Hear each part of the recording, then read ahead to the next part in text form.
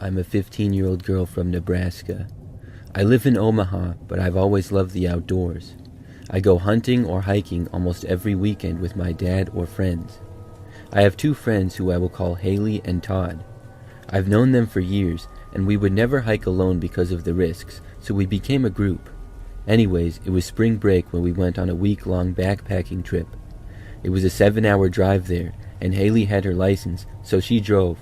The first few hours of the drive were fun, but when we got closer to the forest, something felt off. I know it sounds like a cliche, but I just had this terrible feeling. I ignored it and thought that I was just nervous. A few hours later and the feeling was still there as we were at the trailhead. We grabbed our packs and off we went. I felt like I was at home in the trees and the feeling was soon forgotten. We walked a little over 5 miles that day before we set up camp. We had a 2-person tent that Haley and I had brought, and then a hammock that Todd had brought.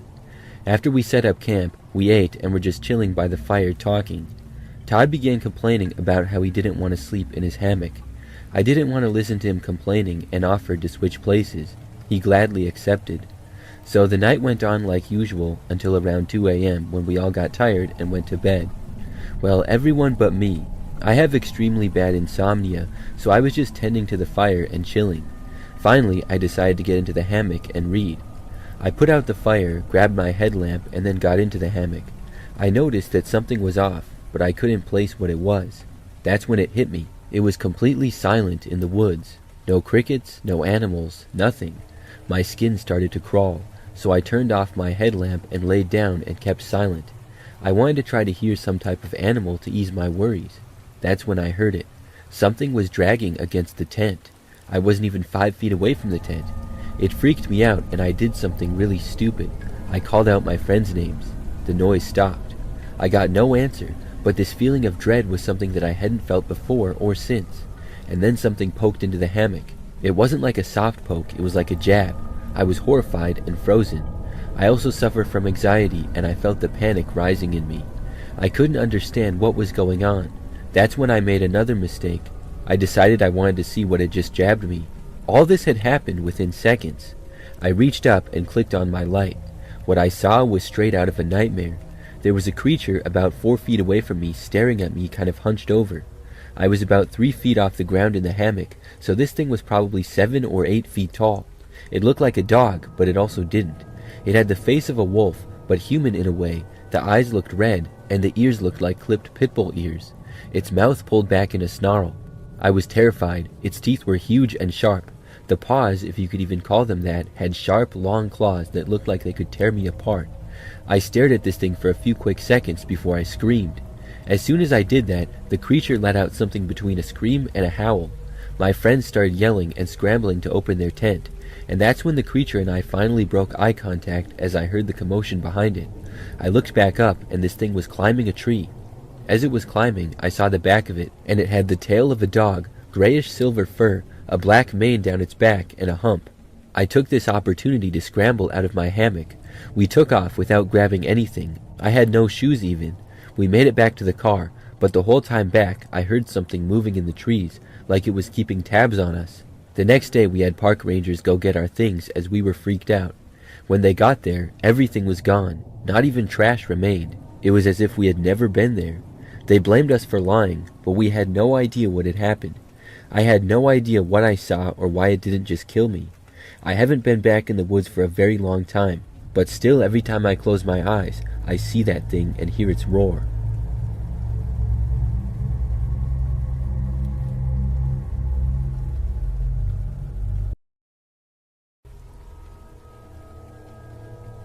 For the past 2.5 years, I've been living in the north of the Scottish Highlands. The town I'm in is as far north as you can go, right by the sea. When my dad and his wife told me they'd bought an old house up there, I didn't hesitate. I'd grown up in a dull part of England and always wanted space, hills, and quiet. In my spare time living there, I explored. East of town, past the mouth of the river, there's a ruin of an old castle, and beyond that, a narrow trail that follows the cliffs along the coast. The path dips down at the baseline of the cliffs in places, then climbs back up. On a clear day, it's one of the best walks I've ever done. 6 months after moving, just after Christmas, I'd come out of a long-distance relationship. It had dragged on longer than it should have. Now that it was over, I decided to clear my head with a long hike. I left bright and early at 6 a.m. since it was winter and it would get dark earlier. The weather was cold but dry and the sea was calm. I walked for hours, farther than I'd gone before. By mid-afternoon, I reached what I thought was an abandoned village. Stone houses stood near a loose row near a small bay. There was a round tower at one end, half collapsed. Later I found out that it was part of the Heritage Center, a preserved old port settlement. In winter it was closed and empty though. I had walked about 10 miles from town so far. Across the bay, further east, I could see larger cliffs in the distance. I was tired, but I told myself that I would cross the bay, reach the cliffs, and then turn back. That was a mistake. The crossing took longer than I expected. The sand was uneven and heavy underfoot. By the time I was about halfway around the bay, the light was fading. The cliffs didn't seem any closer. I checked the time and realized something. I needed to turn back towards town because the tide would come in later. Some sections of the trail down low by the sea would be cut off and submerged if I waited too long. It was fully dark by the time I walked back through the settlement. At night, it didn't feel like a heritage site. I used my phone's light and shined it across the windows of the stone houses as I passed. I don't know why, but I half expected to see someone inside. As I was walking through the town, I heard an engine. A white van rolled into the open area near the houses and stopped. I froze behind one of the boats. 3 young men got out. I would guess they were in their early 20s, wearing hoodies and dark jackets. One of them dragged a metal bin into the open. Another carried something from the van. They started a fire in the bin. I couldn't see what they were burning in the trash can. I had no idea how long they would be there, and I needed to get back before the tide would come in, so I decided to just keep walking and hopefully they wouldn't see me in the darkness. I stepped out from behind the boat and walked without my light on. Unfortunately, they noticed me in the darkness, but didn't call out or say anything. They just stared at me as I walked past them. When I reached the edge of the settlement at the start of the trail, I looked back. 2 of them were still standing around the fire. One wasn't anymore. I told myself that he must be inside the van. I started along the trail at a steady pace. The wind had picked up, and the sea was louder now. After about 5 minutes, I heard footsteps which were not mine. I didn't look back at first because I didn't want to confirm it, but when the path widened slightly, I turned. The figure was about 30 meters behind me. He was on the path coming my way. The next section of the trail dipped down towards the base of the cliffs and into a patch of low trees and scrub. I made the decision and sprinted up ahead to that part of the trail with my light off. Once I got there, instead of staying on the main path, I slipped off it and crouched behind a cluster of rocks near the trees. Footsteps passed on the path above me and then they stopped. I heard another set of footsteps joining the first. "Where'd he go?" one of them said. "He was right here." One of them slid down the slope, boots scraping on loose stones. I pressed myself flat against the ground, making myself as small as possible. A flashlight beam cut through the dark, sweeping across the rocks. It passed right near me, but I was well concealed. "He's not here," one of them said. "He must have gone ahead." Eventually, I heard them climb back up to the path. Their footsteps moved away, heading farther west towards town. They thought I had kept walking. I didn't move for a long time. My legs had gone numb. When I finally stood, I waited until I couldn't hear anything but the sea. Instead of going back to the main trail straight away, I cut through the low trees and followed the cliff edge at a distance from the path. It was slower and I slipped more than once, but I didn't want to run into them again. It took me hours to get back, and I kept expecting to see the van parked near the entrance to the trail back in town. When I finally reached the road near town, there were no vans. I reported it the next day and the police took my statement. No news ever came of it, but I'm certain they were doing something highly illegal if they felt the need to follow me and look for me.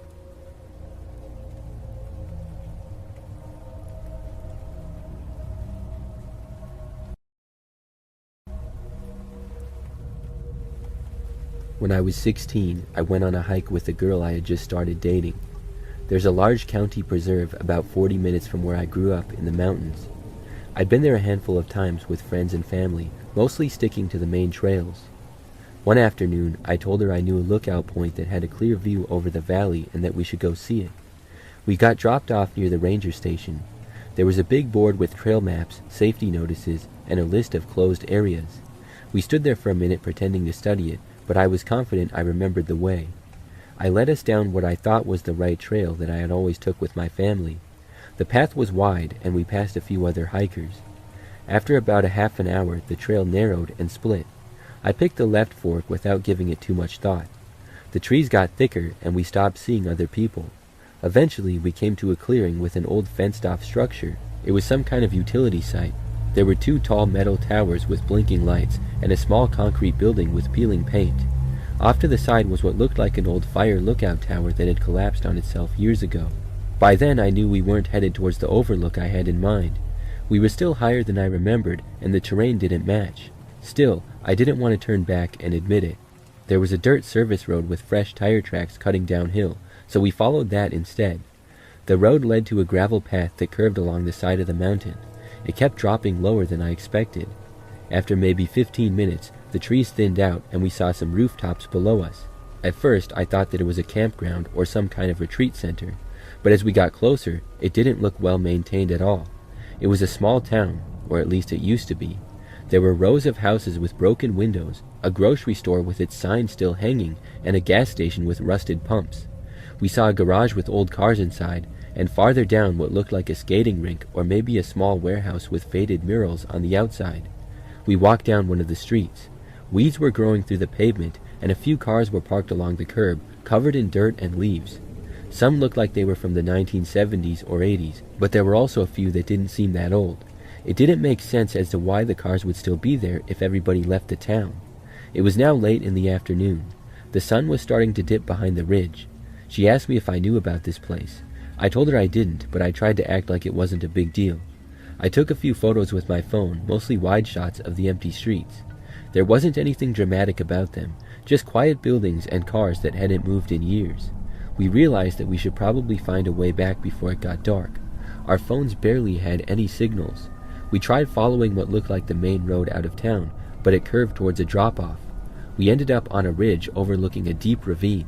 At the bottom, there was a wide clearing with a circle of blackened ground, like people had been lighting fires there recently. Across the ravine, we could see what might have been the entrance road, but there was no easy way to reach it from where we stood. I suggested we try to climb down and cross, but my girlfriend shut that idea down immediately. We kept moving across the ridge until we reached a small brick building covered in graffiti. The door was gone. Inside, it was empty, except for a metal desk and broken glass. We sat on the floor for a few minutes resting in the quiet. I remember hearing the wind through the open doorway. That's when we heard voices. They were coming from somewhere below us. We stepped outside and tried to locate where it was coming from. Down near the clearing of the ravine, we saw a group of men, maybe 5 or 6 of them. They didn't have shirts on, and they were standing in a loose circle. I could tell they were speaking English, but I couldn't understand what they were saying. It echoed strangely off the canyon walls. We didn't wait around to think about approaching the men. We moved in the opposite direction as quietly as we could, then picked up our pace as we were out of sight off the ridge.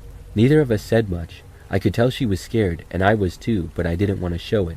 After a while, we found a narrow trail that followed a stream. We stuck to it, knowing that the water would lead somewhere. It took us a long time, at least 2 hours, but eventually the trail opened behind a private golf course. We walked onto the edge of the property, and finally got a good enough signal to call our ride. We waited near the parking lot until her brother picked us up. We didn't talk much on the drive home. Later, I tried to look up information about that town. I searched for old maps and local history forums, but couldn't find anything that matched what we saw. I asked a few people that lived in the area their whole lives. None of them knew what I was talking about. Once when I mentioned it to a friend, I asked my girlfriend to confirm that it actually happened the way I described it. She did, but afterwards she accused me of leading us there on purpose, either trying to intentionally scare her or get lucky with her in that abandoned shed we rested in. We weren't together for much longer after that, and so now I'm the only person I know who has ever seen or heard of that place. I've explored other abandoned places since then, but nothing has felt quite the same. Getting lost in that place with the sun going down and no clear way out is still the most uneasy I've ever felt. It's not somewhere I'd want to end up again, especially in the dark.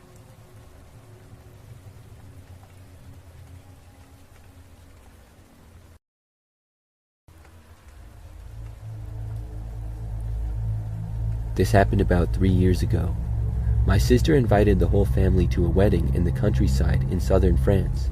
It was held at a vineyard with a stone house and a converted storage shed where they had dinner and dancing. By late evening, I'd had a few glasses of wine.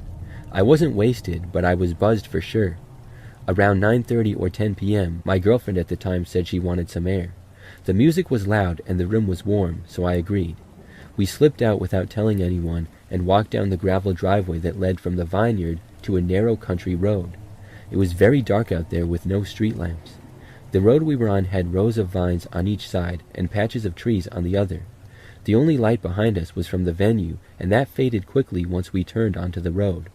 Up ahead, past the bend in the road, there was a single white light about the height of the treetops. It wasn't moving. My girlfriend asked what it was. I said that it was probably a farmhouse or maybe a tractor parked in a field. I joked about it being a UFO as well. We kept walking, and out of the corner of my eye, I happened to notice movement in the woods to our right. I glanced over and saw two figures moving between the trunks. Both were wearing dark jackets with hoods up. They weren't right on the road, more like a few meters in, but they kept pace with us. I didn't tell my girlfriend straight away to not worry her, but I kept tabs on them without alerting them that I knew they were there, just glancing out of my peripheral vision. The situation sobered me up really quickly, and I decided that we should turn back towards the party. I told her we should head back because the cake cutting was probably about to start. I made sure to mention they would notice we were gone because we were supposed to cut the cake and everyone would be waiting. Neither of us actually had any responsibility at the wedding, but I felt like it was something important to say out loud that we did. When we turned around, the two people in the trees also turned. They stayed parallel to us as we walked back towards the vineyard. There were no cars parked along the road, and the nearest houses were far apart. I don't know where they came from or why they were out there. There was no logical explanation as to why they would be following us either. At one point, my girlfriend squeezed my hand and whispered that there were people in the trees. I said I knew, and I told her to just keep walking normally. At the same time, I made sure to mention again that they were waiting for us to cut the cake and we had to hurry up. Once we were close enough to hear the music clearly, the shapes in the trees stopped and nothing strange happened the rest of the night. Nothing actually happened and they never approached us, but I still think about how isolated that road was and how easily things could have gone differently. I'm sure if we had kept walking there might have been something bad waiting ahead of us or something along those lines.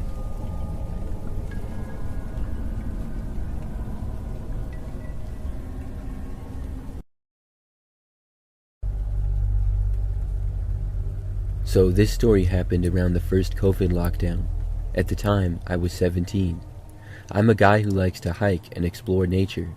I live in Australia, so I'm very careful when exploring, as you never know which pile of leaves might hide a snake. During lockdown, I couldn't stand being inside all day, so I took a weekend trip to the Blue Mountains, intending to just spend some time in nature.